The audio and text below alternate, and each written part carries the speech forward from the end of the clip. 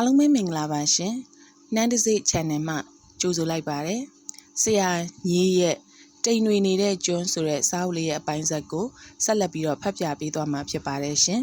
။တိမ်တွေနေတဲ့ကျွန်းအပိုင်း၄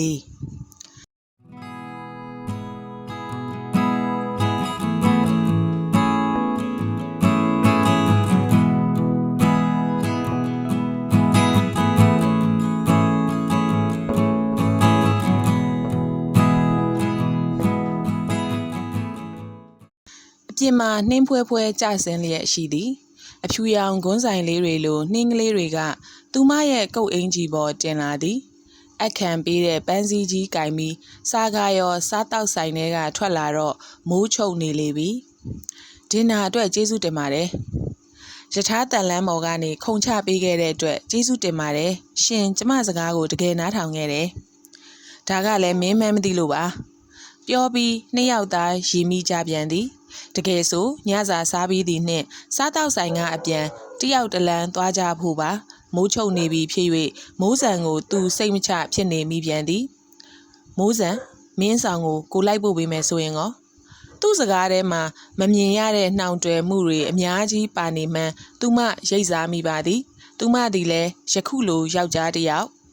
အထူးသဖြင့်သူ့လိုရီမွန်တန့်ပြတ်နဲ့ခက်ချောယောက်ျားတစ်ယောက်နှင့်အတူတွဲလမ်းလျှောက်နေရခြင်းအပေါ်တာယာနှစ်သက်နေမိပြန်တော့၏နေအောင်ကျမစိတ်တွေတိတ်ရိမ့်ရိုင်သွားလို့မဖြစ်ဘူးနောက်ပြီးကျမဟာစတားနိုင်ကိုသွေးပြက်ခြောက်ချပြီးဖုန်းဆက်သွယ်လာတဲ့လူတွေကိုလည်းတခါမှအပြင်မှာစုံမှုတာမဟုတ်ဘူးကျမသူ့ကိုကယ်တင်နိုင်ခဲ့တာတော့ဟုတ်တယ်သူဟာကျမစကားတခွန်းကြောင့်တေမင်းလက်လျှော့လိုက်ရတဲ့လူတစ်ယောက်ဆိုတာလည်းဟုတ်တယ်ဒါပေမဲ့သူဟာကျမအတွက်တော့အန်ဒီရဲ့နည်းနည်းများတယ်အခုလိုမိုးချုပ်တဲ့ညအချိန်မျိုးမှာပေါ့ကို့ကိုစိုးရိမ်နေရလားကိုကမင်းကိုစိတ်မချလို့နော်မိုးစံအဲ့ဒီလိုမဟုတ်ပါဘူးကျမကရှင့်ကိုဘာလို့ကြောက်ရမှာလဲစီးနေကြမှတ်တိုင်ကိုရောက်တော့ဘတ်ကားတစ်စီးတလေမျှမတွေ့ရအဆောင်ကိုအများဆုံးရောက်တဲ့ဘတ်ကားဝါတွေကည8 နာရီခွဲဆိုလိုင်းသိမ်းသွားတတ်ကြသည်ဒါဆိုပန်းချံလန်းကမှတ်တိုင်မှာသွားစီရတော့မှာပေါ့4 ကီလိုမီတာလောက်တော့လမ်းလျှောက်ရဝေးလိမ့်မည်ရှင်လမ်းလျှောက်နိုင်မှာလားပန်းချံလန်းမှတ်တိုင်ကိုသွားစီရမှာနည်းနည်းဝေးတယ်ကားပေါ်ရောက်အောင်ထိကိုလိုက်ဖို့ပေးခဲ့မယ်လမ်းမကြီးပေါ်ကနေလမ်းချိုးအကွေ့ရောက်တော့နီယွန်မီးရောင်တွေကအရင်ကလောက်တောက်ပမှုမရှိတော့လမ်းမီဓာတ်တိုင်တွေကတတိုင်နှင့်တတိုင်အနှဲငယ်ကွာဝေးလာသည်ကျဲရောင်လှရောင်ရဲ့အလင်းတော့ဝင်းရှိသေး၏ကျမငယ်ငယ်တုန်းကဆရာဝန်သိပ်ဖြစ်ချင်တာခက်ကြီးရီမန်းချက်ပဲနို့မမေကိုစိတ်ကူပေးခြင်းုံတက်ပါမမေကချူချတယ်ယောဂါထူတယ်အဆိုးဆုံးကစိတ်ကြယောဂါမမေမှာရှိတယ်အော်အခုရောတက်တာသွားပြီလားတက်တာသွားပါပြီတမလွန်မှာငိမ့်ချမ်းနေပြီလေဟင်မငိမ့်ချမ်းမဲကြံခဲ့သူဆိုလို့သူ့သမီးလေးတယောက်ပဲရှိတယ်ခုသူရှင်နဲ့စကားပြောနေတယ်လေမိုးဆန်ကစကားပြောကောင်းလှသည်သူ့စိတ်ထဲမှာလဲမင်းဟာတိတ်အသေးရဖို့ကောင်းတဲ့ကောင်းမလေးတယောက်ပဲလို့တိတ်ကလေးပြောနေမိလေ၏စိတ်နာဖို့ကောင်းတာကမမေသေးသွားတယ်ဆိုတာကိုလွန်ခဲ့တဲ့1 လ 2 လကမှကျမသိခဲ့တာမမေဟာဗေဒီပေါင်းများစွာထားခဲ့ပြီးကျမတို့သားဖာကိုပြစ်သွားခဲ့တယ်သူစိတ်ဖောက်ပြန်သွားခဲ့တာလေသူဘယ်ရောက်လို့ရောက်သွားမှန်းကျမတို့မသိခဲ့ရဘူးသေသလားရှင်သလားဆိုတာလည်းကျမတို့မသိခဲ့ရဘူးလမ်းကလေးမှာတဖြည်းဖြည်းနဲ့အမှောင်နဲ့တိုးဝင်လာကလူသူပြက်လာ၏စကားတပြောနဲ့လမ်းလျှောက်လာခဲ့မိတဲ့အတွက်မိုးဆန်သူ့ကိုရောမိမိအနေထားကိုပါကြောက်ရကောင်းမှန်းမေးလျော့နေလေပြီဒါပေမဲ့လွန်ခဲ့တဲ့1 လလောက်ကတော့အမေအုပ်ကူကိုကျမရှာဖွေတွေ့ရှိခဲ့ပါတယ်ဖိုးကြီးတယောက်ရဲ့ကောင်းမှုကြောင့်ပါကျမတက်လုံးမရေမရာဖြစ်နေတဲ့ဗဟေဒီတစ်ပုတ်အဆုံးတော့တက်သွားရပါတယ်ကျမတက်လုံးမရေမရာဖြစ်နေတဲ့ဗဟေဒီတစ်ပုတ်အဆုံးတော့တက်သွားရပါတယ်အဆုံးမတက်သေးတာဆိုလို့တခုပဲရှိတော့တယ်ဘာများလဲဂလဲ့စားချေဖို့လူတယောက်ကိုကျမလိုက်ရှာရလိမ့်မယ်ဘာရဲ့မဟုတ်မိုးဆန်နဲ့သူဖြက်ခနဲ့အကြည့်စုံသွားကြသည်ပြောရမည်ဆိုရင်မိုးဆန်နဲ့အခန့်ဟာတယောက်ကြောင်းတယောက်စစ်မြင့်လဲတီးကြသည်မဟုတ်ကိုဇက်ထုတ်ကိုလိုအပ်တဲ့လောက်သာထုတ်ပြောကြသူတွေအစင်လောက်သာသို့တော့တယောက်ဒုက္ခရောက်မှာကိုတော့တယောက်ကပူပင်တတ်ကြသည့်အနေထား သူတို့ထို့သို့တယောက်နှင့်တယောက်လျှို့ဝှက်တိတ်သိမ်းမှုကိုစီနှင့်တိမ်မွေ့စွာကြည့်မိသွားစဉ်ခဏမှာပင်ဘုတ်မျက်နှာချင်းဆိုင်မှလမ်းလျှောက်လာသည့်လူတစ်ယောက်ကအခန့်ကိုခက်ပြင်းပြင်းဝင်တိုက်လိုက်သည်မို့သူအနှဲငယ်ရိုင်ထွက်သွားရလေတော့သည်ဟာခမရဘလို့လူလဲလူတစ်ယောက်လုံးတော့မမြင်ဘူးလားထိုသူကခေါင်းစွပ်အင်ကြီးအမဲရောင်ဝတ်ထားပြီးသူ့ခေါင်းကိုလည်းခေါင်းစွပ်ဆွတ်ထား၏ဟင်တေချာကြည့်လိုက်တော့မှသူ့မျက်နှာမှာမျက်လုံးနှာခေါင်းပါးစပ်ကလွဲပြီးခေါင်းစွပ်တစ်ထက်ထက်ဆွတ်ထားမှန်းသိလိုက်ရသည်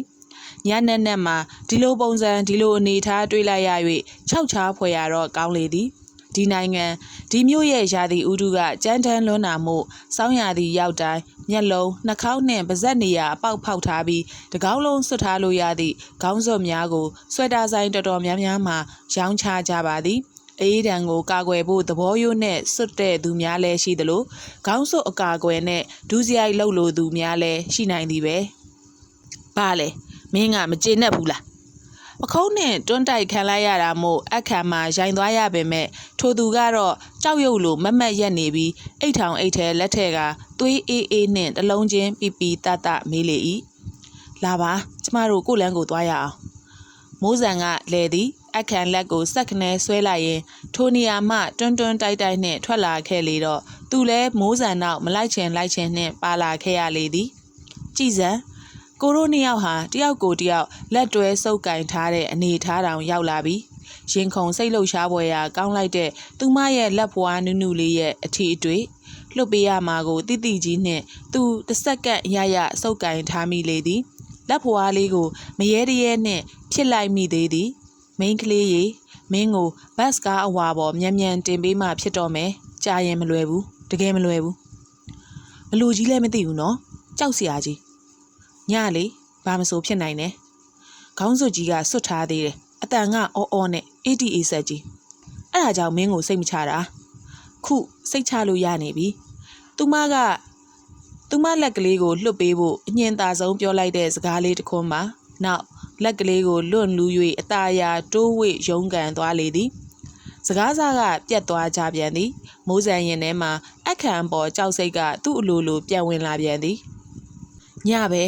ဘာမဆိုဖြစ်နိုင်တဲ့အိုးဟုတ်ပါရဲ့ကျမရဲ့အခုအနေထားကအန်ဒီရများလိုက်တာအခန့်ဆိုတာလွန်ခဲ့တဲ့တစ်ပတ်လောက်ကညနေခင်းတစ်ခုကတည်းစိတ်တွေထိမ့်ချုံမှုမဲ့ပြီးကိုတေချောင်းကြံစီခဲ့သူတယောက်မဟုတ်လားခက်ရိုင်းပြောရရင်သူကသူ့အသက်သူတန်မိုးမထားတဲ့တေမထူးနေမထူးလူသားတယောက်ကိုအသက်ကိုအရန်တန်မိုးထားတဲ့သူအခုနေများသူကိုတနေရာဆွဲခေါ်အနိုင်ကျင့်တက်ဖြတ်ပြီးသူ့ကိုယ်သူတေချောင်းကြံစီသွားရင်ဘလို့လုပ်မလဲစတားနိုင်ကိုဖုန်းဆက်တဲ့လူတစ်ယောက်နဲ့အပြင်မှာဒိတ်မိတာတောင်လွန်နေပြီတကယ်ဆိုစာကာယော်ကအထွက်ကလေးကတက္ကစီငှားစီးခဲ့တဲ့နာအခုတော့ဘာမဟုတ်တဲ့ပတ်စံလေးကိုကြည့်မိခဲ့သည့်အတွက်ကို့အသက်ကသူ့လက်ထဲကိုရောက်နေလေပြီမိုးဆန်မရဲတရဲနဲ့သူ့မျက်နှာကိုစောင်းငဲ့အကြည့်မှတင်အို့သွားပြီအရာရာဟာနောက်ကျသွားလေပြီအခန့်ဟာမိုးဆန်ရဲ့လက်ကိုရုတ်တရက်စောင့်ဆွဲပစ်လိုက်ပြီးလမ်းချင်းကလေးထဲကနေနောက်ဖေးလမ်းကြားတစ်ခုစီတရွတ်တိုက်ဆွဲခေါ်သွားလေပြီရှင်ဘာလုပ်တာလဲအတန်မထွက်နဲ့တိတ်နေအခန့်ရဲ့ခက်အုပ်စကားသူမသည်လည်းဒီစကားတခွန်းသာပြောလိုက်နိုင်သည်အခန့်ရဲ့လှုပ်ရှားမှုကမြန်ဆန်လွန်းလာ၏ခြေလမ်းကျဲကြီးများနှင့်မှောင်ရိပ်ကွယ်တစ်ခုစီဆွဲခေါ်သွားပြီးရေညှိတွေနဲ့အေးဆက်နေတဲ့တိုက်နောက်ဖေးနယံဟောင်းတစ်ချက်မှာမိုးဆန်ကိုဆွဲကပ်လိုက်၏ရှင်အခန့်ကသူမပါဇက်ကိုသူ့လက်ဝါးနှင့်တင်းကျပ်စွာပိတ်ပစ်လိုက်၏သူမလူးလွန်လှုပ်ရှားလေသောအခါသူမတကူလုံးကိုထိန်းချုပ်ဖတ်ပွေပစ်လိုက်ပြန်သည်အခန့်မျက်နှာဟာလာရောင်အောက်မှနားလေရအခက်ခဲလွန်လာ၏သူစိတ်တွေကယထာတန်လန်းပေါ်ပြန်ရောက်သွားလေသလားဒီတစ်ခါသူတယောက်တည်းမဟုတ်သူမပါအစ်စ်ပါလာသည်သူမကြောက်လွန်း၍ရင်တွေတဇက်ဇက်တုန်လာသည်ရုံးလေသူ့ရင်ခွင်ထဲရောက်လေနှင်းစီပန်းစည်းကြီးမှလည်းသူမနဲ့သူ့ရင်ခွင်ကြားမွားကြည်လာသည်နှင်းစီရနံမိန်းမတယောက်ရဲ့ကြောက်စိတ်သစိမ်းတရံစာတယောက်ရဲ့ရင်ခွင်ထဲနားလေရခက်ခဲတဲ့ယောက်ျားတယောက်ရဲ့စိတ်အခြေအနေဘာတွေဖြစ်ကုန်ပြီလဲသူမအခန့်ကိုတောင်းမှန်တိုးလျသည့်မျက်လုံးနှင့်ကြည့်ရှုလိုက်မိစဉ်ဟင် အခန့်ကစောစောကသူမတို့ဖျက်လျှောက်ဝင်လာတဲ့လမ်းကလေးစီကိုမေးဆက်ပြလိုက်ရာသူမရောင်ရမ်းကြည့်လိုက်ချိန်မှာတော့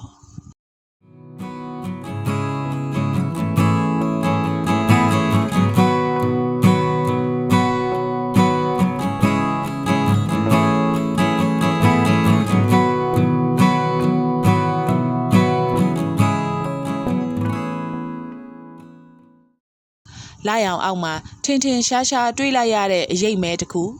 ဖျားရည်စောစောကမျက်နှာဖုံးစွန်းတဲ့လူသူ့ပုံစံသူ့အမူအရာကတွေ့ထားပြီးသားပြစ်မှတ်တစ်ခုရုတ်တရက်ပျောက်ဆုံးသွား၍လိုက်လံရှာဖွေနေသည့်ပုံစံနှင့်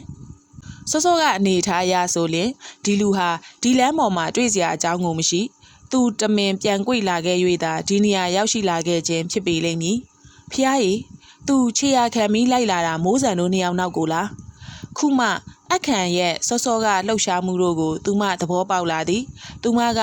မှင်သက်အံ့အားသင့်စွာနှင့်အခန့်ကိုစိုက်ကြည့်လိုက်တော့မှသူမပါဇက်မှာအုပ်ထားတဲ့သူ့လက်ကိုပြန်ခွာပေးပြီးလက်ညှိုးနှင့်နှုတ်ခမ်းကိုတေ့ကတိတ်တိတ်နေရန်အချက်ပြသည်သူမခေါင်းကိုတွင်တွင်ညှိပ်ပြလိုက်သည်ကြောက်လန့်တကြားဖြစ်နေ၍မျက်ရည်များအလိုလိုစီးကျလာ၏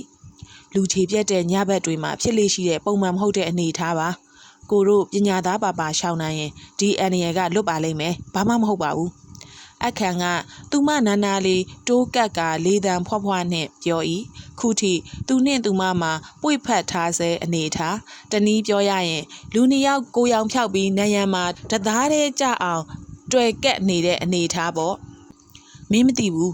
ကိုနဲ့ကြောက်ကစားဖြစ်ပြီးကိုတို့နောက်သူပြန်လှည့်ပြီးလိုက်လာတယ်မင်းကိုအသိပေးလိုက်ရင်ခြေနေတွေတမျိုးဖြစ်ပြီးစိုးကုန်မှဆိုလို့ကိုတိတ်တိတ်ကလေးငြိမ်နေတာကိုတို့အတွက်ထွက်ပေါက်ကောင်းကောင်းရတဲ့အနေထားရောက်မှကိုမင်းကိုစက်ကနေဒီထဲဆွဲခေါ်လာခဲ့တာသူမခေါင်းကိုသာတွင်တွင်ညှိနေလိုက်ပြီးထပ်မံစကားမပြောတော့ရန်လက်ညှိုးကလေးနှင့်သူ့နှုတ်ခမ်းကိုဖိကတ်ထားလိုက်သည်သူကတိတ်အကြောက်လန့်ကြီးမဟုတ်သည့်မျက်နှာအရိပ်ရောင်နှင့်ပြုံးရင်းခေါင်းငိမ့်ပြလေ၏မရည်ရွယ်ပါပဲလာရောင်အောက်မှာတယောက်မျက်နှာတယောက်အကြာကြီးနင့်နေအောင်စိုက်ကြည့်မိသွားကြသည်မရည်ရွယ်ပါပဲတယောက်ကိုတယောက်တိုး၍ဖတ်ပွေမိကြသည်တိစိတ်တွေကလွတ်ကာနှင်းစီရနံ့နှင့်ရောထွေးပြီးတိစိတ်တွေကလွတ်ကာနှင်းစီရနံ့နဲ့ရောရှက်ပြီးထူးဆန်းတဲ့နေရာတစ်ခုစီရောက်ရှိသွားကြသလိုဗျိုင်းတူခံစားလိုက်ကြရသည်အဲ့ဒီနေရာဟာလေပေါ်မှာမျောလွင့်နေရသလိုတိမ်တွေနဲ့အတူစီးမျောနေရသလိုပူနွေးတဲ့အထီးတွေမှာရင်ခုန်တန်တွေကမြန်ဆန်လာဘဝတစ်လျှောက်လုံးတန်မဏိလိုတင်းမာစွာရှောက်လန်းလာခဲ့သည့်သူမစိတ်တွေပျော့ပြောင်းနူးညံ့သွားရလေတော့၏ဒါဟာပထမဦးဆုံးရရှိဘူးခဲ့သည့်ယောက်ျားတစ်ယောက်ရဲ့အကာအကွယ်ပေးမှုနောက်ပထမဆုံးရောက်ရှိဘူးသည့်ယောက်ျားတစ်ယောက်ရဲ့ရင်ခွင်သူ့လယ်ပင်မှာဆွဲထားသည့်မိုးကြိုးသွားတံဆွဲကြိုးလေးကိုသူမအနီးကပ်ထပ်မြင်ဘူးရပြန်သည်ဒီဆွဲကြိုးလေးကိုသူမပထမဆုံးသတိထားမိစဉ်ကသူမရဲ့ရုပ်သံအင်တာဗျူးအတွက်သူ့ရဲ့ရိုက်ကူးရေးစတင်ခဲ့တဲ့နေ့ကအဲ့ဒီနေ့ကလည်းသူ့ကိုသူမတခါရင်ခုန်ခဲ့မိပါသည်ခုတခါရင်ခုန်မိကြရသည်မှာနှစ်ယောက်စလုံးပင်သူမသတိပြန်ဝင်လာသည့်အချိန်ရောက်တော့သူမလက်ခုံကလေးကိုသူကဖွာ့ပင်နမ်းရှိုက်၍နေလေသည်အခန့်ထမလုပ်ဖို့သူ့နာမည်ကိုသူမ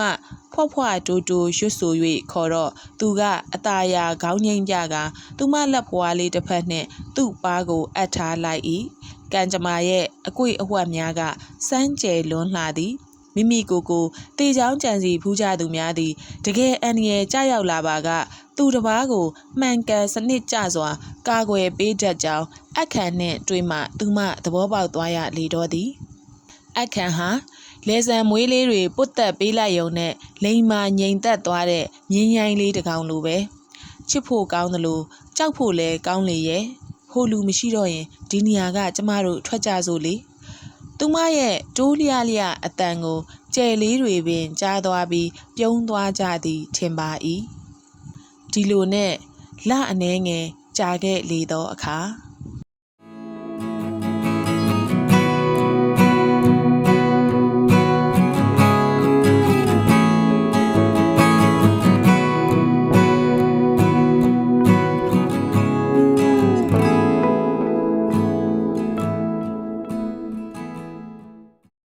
တနင်္ဂနွေကိုအမဲလိုက်ဖို့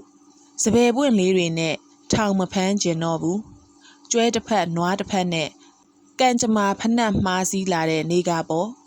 တန်ရောစင်ကချက်ကျိုးတန်းလန်းအဲ့ဒီချက်ကျိုးကိုအချစ်ကတိကနေဖြတ်သွားတယ်နေမရှိတော့ငါမှလည်းတသန်းတန်းတဝေဝေရဲ့ငါဒဏ်ရာနဲ့ငါခွေခောက်နေရတာပဲကောင်းတယ်နင်းပြန်ရောက်လာတော့မှဗရင်းပေါက်ကလေးဖွင့်တော့မယ်ချစ်သူပြန်လာရင်ပင်လေရီတွေချိုလာလိမ့်မယ်ဒီနေရာလေးကမြို့ပြရဲ့ဒုတိယမြောက်လူအစီကားဆုံး area အဓိကလမ်းမကြီး၅ခုပေါင်းစုံရာအရက်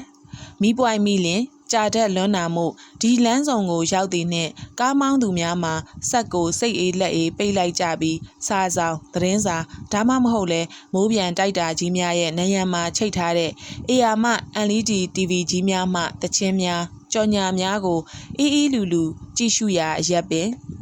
တတိဒီနေရာမှာကားပိတ်မရက်ရဆိုင်းဘုတ်ချိတ်ဆွဲထားသည့်ခြံကျဲကြီးများရှေ့မှာတော့ညနေခင်းရောက်လာခဲ့ပြီးမို့တွန်းလဲနှင့်ရောင်းချသည့်ခောက်ဆွဲဆိုင်ကလေးများပေါက်စီကြက်ကြော်ဆိုင်ကလေးများတစနေရာယူလာကြလေပြီတလောကတနိုင်ငံလုံးအပြစ်ခတ်ရက်စဲရေးကမ်ပိန်းတစ်ခုလှုပ်ထား၍ထိုလှုပ်ရှားမှု၏အမှတ်တစိတ်ဖြစ်သည့်တန်လွင်ခတ်ကိုဂျိုးငှက်ငယ်ကလေးကိုက်ချီထားသည့်ရုပ်ပုံမှာတီရှပ်ဝတ်ဆင်သူတချို့ကိုလည်းဟိုမာဒီမှာတွေ့မြင်နေရသည်အဲ့ဒီဂျိုးငှက်ကလေးဟာတန်လွင်ခက်ကလေးကိုက်ချီရင်မိုးဆန်သွားလိုသည့်အရက်ကိုအလွယ်တကူလမ်းညွန်ပြသလာနိုင်လျင်ဘလောက်ကောင်းလိုက်မလဲဆိုတဲ့အတွေးနဲ့သူမနှစ်ထပ်ဘတ်ကားကြီးပေါ်မှဆင်းလိုက်၏အမလီလူစည်းချောင်းကြီးတဲ့သူမအမုံအဆက်ကလေးတစ်စက်အဖြစ်နစ်မြုပ်သွားရလေပြီတကယ်တော့ဒီနေရာဒီရက်ထိရောက်အောင်သူမမနှဲစုံစမ်း၍လာခဲ့ရခြင်းဖြစ်၏အခမ်းနဲ့နောက်ဆုံးတွေ့ဆုံပြီးနောက်တနေ့ documentary အတွက်မိုးဆန်အလှရှင်များထံအကြောင်းကြားဆက်သွယ်ပြီးဘတ်ဂျက်ကိစ္စလုံးပန်းရသည်သူမတင်ပြသည့်ရည်ရွယ်ချက်ကကောင်းမွန်သဖြင့်ရက်အနှဲငယ်ကြာမှပင်အလှရှင်များဘက်မှလှုပ်ဆောင်မည့် project ကိုအသေးစိတ်တင်ပြကုန်ကျစရိတ်တွက်ချက်ပြီးဘတ်ဂျက်တောင်းယူရန်စာဝင်လာ၏မိုးဆန်ဘယ်အချိန်များအခမ်းဆက်သွယ်လာလိမ့်မလဲဆိုတာစောင့်မျှော်နေရတော့သည်ဌာနကဖုန်းနံပါတ်များကိုသူသိသည်ပဲတပတ်နှစ်ပတ်ကနေတစ်လနှစ်လသာကြာသွားသည်အခမ်းအဆက်အသွယ်ရမလားအခမ်းရဲ့ဒိုးနှစ်ယောက်ရဲ့အမှတ်တရညလေးကိုမင်းမေ့သွားပြီလားမင်းကိုမလွမ်းဘူးလားအဲ့ဒီအတွေးတွေဝင်လာတော့သူမရင်နဲ့စစ်ခနဲ့နာကျင်ရ၏အခမ်းနဲ့အဆက်အသွယ်ရဖို့သူအလုပ်လုပ်ခဲ့ဘူးတဲ့ရုပ်သံဌာနတွေစီဆက်သွယ်ကြည့်ရင်နောက်ဆုံးနေထိုင်ခဲ့သည့်အဆောင်လိပ်စာကိုသူမရလာခဲ့ခြင်းဖြစ်လေသည်လူစီကားရာမှတ်တိုင်ကနေလမ်းသွယ်ကလေးတွေထဲဝင်းကဘာလိုတလန်းမီတလန်းဝင်ရောက်လာခဲ့ရာနောက်ဆုံးကြွက်ကလေးတွေတူးဖော်ထားသည့်မြေတွင်းလမ်းကြောင်းလေးတွေလိုခက်မတ်မတ်လမ်းကျင်းကလေးများစင်ကြေချောလမ်းကျင်းကလေးများကိုဖြတ်တန်းလာပြီးဒီနောက်မှာတော့အမျိုးသားဆောင်တစ်ဆောင်ကိုသူမတွေ့မြင်လိုက်ရလေတော့၏အဆောင်ကပြင်ပအသွင်ပြင်ကြည့်လိုက်ရုံနှင့်အထဲမှာအတော်ကြက်ကြက်တဲတဲနေထိုင်ရမည်မှန်သိတာလွန်းသည်နယံတွေကအေးဆက်ဆူဆွတ်ပြီးစေးသားများကွာကြနေ၏ဆူဆူထိုင်းထိုင်းနှင့်အနံ့အသက်ကလည်းမကောင်းယောက်ျား3-4ယောက်လောက်အတန်ကြောင်များနှင့်တချင်းဆိုကဖြစ်တယ်လို့ချက်ပြုတ်နေသည်ကိုလည်းသူမအဝေးကတွေ့မြင်နေရသည်သူမတပ်ပြင်းအตาရာချလိုက်ရင်ဟိုဒီဆောင်မှာအခန့်ရှိသလားမသိဘူးရုပ်သံဌာနမှာအလုပ်လုပ်တဲ့ဒါရိုက်တာလေးအခန့်နေအောင်မေးကြည့်လိုက်အောင်မယ်အနုပညာသမားတယောက်အတွက်ဒီနေရာဒီပတ်ဝန်းကျင်ဒီကလူတွေနဲ့သူဘလို့များဖန်တီးမှုတွေပုံဖော်လှုပ်ဆောင်နေပါလေတကယ်မလွယ်အနံ့အသက်မကောင်းအေးချမ်းတိတ်ဆိတ်ခြင်းမရှိလူပြောက်တောက်နဲ့အခန့်ဘလို့များရက်တီရုံးကန်နေရပါလေအခန့်ဆိုတာဒရိုက်တာပေါက်စာကိုပြောတာလားစုံစမ်းပေးသည့်လူကအထဲဝင်သွားပြီးတိတ်မကြာပြန်ထွက်လာကထို့သို့ဆိုလေတော့သူမခေါင်းကိုတွင်တွင်ငိမ့်ပြလိုက်ရသည်သူမရှိတော့ဘူးဗျအဆောင်ကထွက်သွားပြီရှင်အခန့်အတွက်သူမရင်ပူသွားရပြန်သည်ဖျားရည်သူမကိုလည်းဘာမှမတိုင်မင်ပါလားဘာမှလည်းမသိရပါလားသူဘယ်သွားမယ်ပြောသွားလဲဘာကိုမှပြောမသွားဘူးသူဟာသူထွက်သွားတာတဲလွန်စားနည်းနည်းလောက်များမရနိုင်ဘူးလားအမျိုးသားကသူမကိုစူးစိုက်စွာတစ်ချက်ကြည့်လိုက်ရင် ဘယ်ထွက်သွားလဲဆိုတာကျွန်တော်ပြောမပြနိုင်ပေမဲ့သူ့အဆောင်မှာနောက်ဆုံးနေထိုင်ခဲ့တဲ့အခြေအနေတွေကိုတော့ကျွန်တော်သိသလောက်ပြောပြနိုင်ပါတယ်ဟုတ်ကဲ့ပြောပြပါစိတ်ကြနေပုံပဲဘသူနဲ့မှတိတ်စကားမပြောဘူးဘသူနဲ့မှတိတ်မရောဘူးအလုပ်ပြုတ်လာတယ်လို့လည်းသိရတယ်ဟုတ်ကဲ့အဲ့ဒီကိစ္စကျွန်မသိပါတယ်ကျွန်တော်တို့လည်းအဲ့လောက်ပဲသိတာသူကအေးပါတယ်ခုထိအဆောင်မှာသူရှိနေတယ်လို့ပဲထင်နေတာခမည်းလာမေးလို့အဆောင်မူးစီတေးသေးချာချာသွားမေးမှသူ့အဆောင်ကထွက်သွားမှန်းသိတော့တယ်အဆောင်မူးနဲ့ကျမခဏဝင်တွေ့လို့ရမလားအဆောင်မူးကဆောင်ဖွင့်လာတာအန်တိုနေပြီဗျဘယ်လူမှုရေးကိစ္စမှသူ့ခေါင်းထဲထည့်မထားဘူးအရင်တုန်းကအဆောင်မှာ case တွေဘာတွေတက်ရင်သူဝင်ပါရတာတွေခေါင်းခံရတာတွေရှိဘူးတဲ့နောက်တော့ဒီလူကနက်သွားတယ်ဘယ်ကိစ္စမဆိုလွတ်အောင်ရှောင်းနေအဲ့ဒီလူမှနှလုံးသားကိုမရှိတော့တာကျွန်တော်ကိုစကားပြောတာကမှခမည်းစကားပြန်ရအောင်မယ်အဆောင်မူးစီလိုက်သွားခမည်းဘာစကားတခုမှမကြားစီရဘူးဘယ်အပြင်လူကိုမှလည်းသူထွက်မတွေ့ဘူးအော်ကိစ္စကပြက်ရောပေါ့လေဟာနဲ့တခုလိုရင်ထဲမှာကွက်လက်များစွာနဲ့အဆောင်ကနေသူမှပြန်လာခဲ့ရလေတော့သည်အခန့်ရှင်နဲ့ပတ်သက်ပြီးကျမသတင်းကောင်းသာကြားပြရစီနော်ဘလို့အခက်ခဲပြဿနာတွေနဲ့ပဲကြုံကျမတို့နှစ်ယောက်ရဲ့နောက်ဆုံးညကလို့ရှင်တီတီငိမ့်ငိမ့်နဲ့ပြဿနာတွေဖြေရှင်းနိုင်ပါစေကွယ်အာအတန်ထွက်ပြီးမရေရွတ်မိပင်မဲ့ရင်ထဲကနေသူကြောက်လန့်တကြားအော်မိလိုက်ခြင်းပါမျက်လုံးကိုမှိတ်ခေါင်းကိုခါရမ်းပြီးနောက်တစ်ကြိမ်ပြန်ကြည့်မိတော့မြင်ကွင်းကအရင်လိုမဟုတ်တော့တာမန်မြင်ကွင်းတစ်ခုလိုဖြစ်လို့နေ၏အခန့်ဟာအစိမ်းရောင်တောက်ပနေသည့်မျက်လုံးပိုင်ရှင်လူများကိုနေရာအနှံ့မှာမကြာခဏဆိုသလိုတွေ့နေမိသည်အစိမ်းရောင်တောက်မျက်လုံးတွေနဲ့ဆိုတော့လူတွေဟာလူတွေနဲ့လည်းမတူဒါကြောင့်ထို့သို့အဖြစ်မျိုးကြုံတွေ့ရတိုင်းမျက်လုံးကိုမှိတ်ခေါင်းကိုရမ်းခါပစ်လိုက်ပြီးတေးကြအောင်နောက်တစ်ကြိမ်ပြန်လဲကြည့်ရှုရပြန်သည်အဲ့တော့လေအစိမ်းရောင်မျက်လုံးများကအယောင်ပြောင်းသွားကြပြန်သည်နောက်ထပ်တစ်ခါအခန့်စိတ်ထဲမှာစိုးရွံ့စိတ်တစ်ခုလည်းရှိသေး၏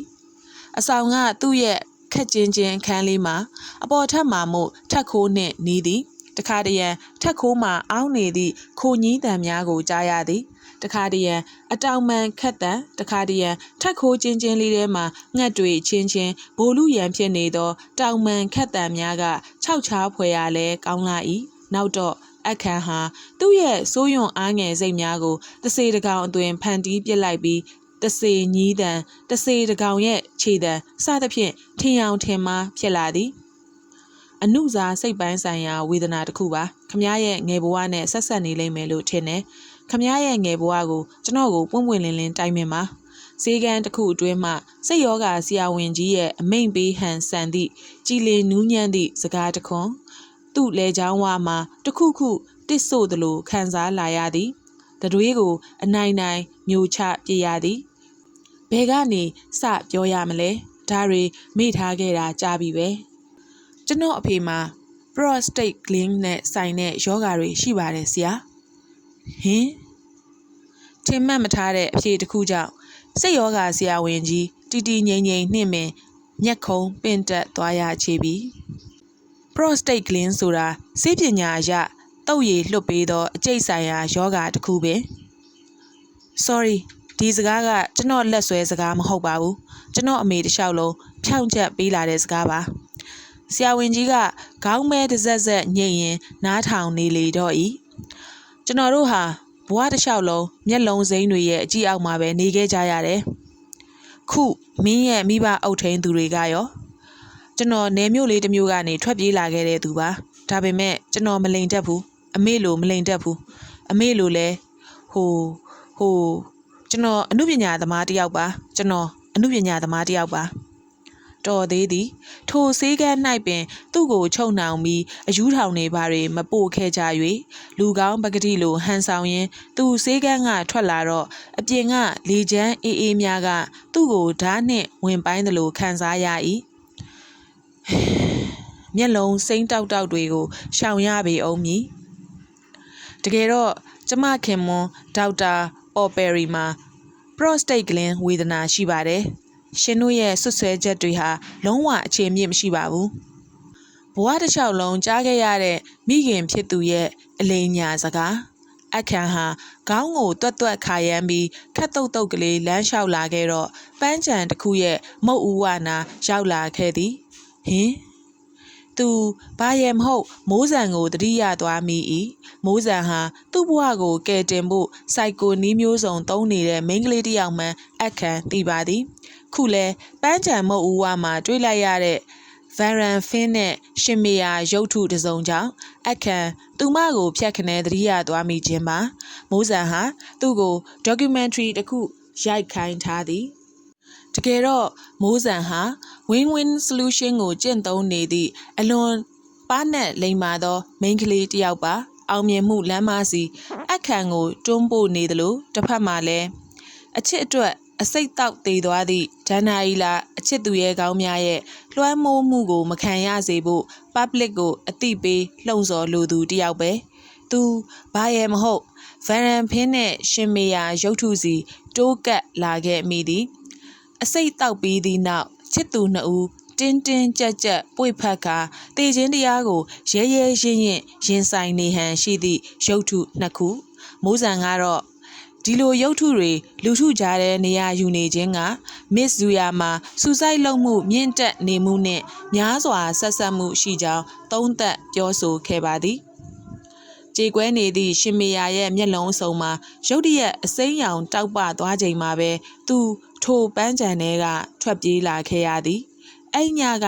သူရက်မူးအောင်တောက်ခဲ့သည်အဲ့ဒီညကကျိုးတုတ်တုတ်တစ်ချောင်းနဲ့ဓားတစ်လက်ဝယ်ခဲ့သည်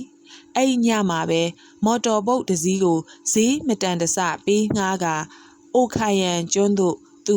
ထွက်လာခဲ့သည်အဲ့ဒီညမှာပဲ